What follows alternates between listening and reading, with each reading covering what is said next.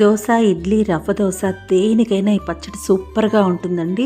అమ్మ చేసిన ఈ చట్నీని మీరు కూడా ట్రై చేయండి. కళాయి పెట్టుకొని ఆయిల్ వేసుకొని కొబ్బరి, పచ్చిమిర్చితో పాటు అల్లం తురుమును కూడా వేసి కాస్త వేయించండి. అది వేగిన తర్వాత పుట్నాల పప్పును కూడా వేసుకొని కాస్త వేయించుకోవాలి. పుట్నాల పప్పుతో వేగుతూ ఉండేటప్పుడే కాస్త కరివేపాకును కూడా జోడించుకుంటే ఆరోగ్యానికి చాలా మంచిదండి.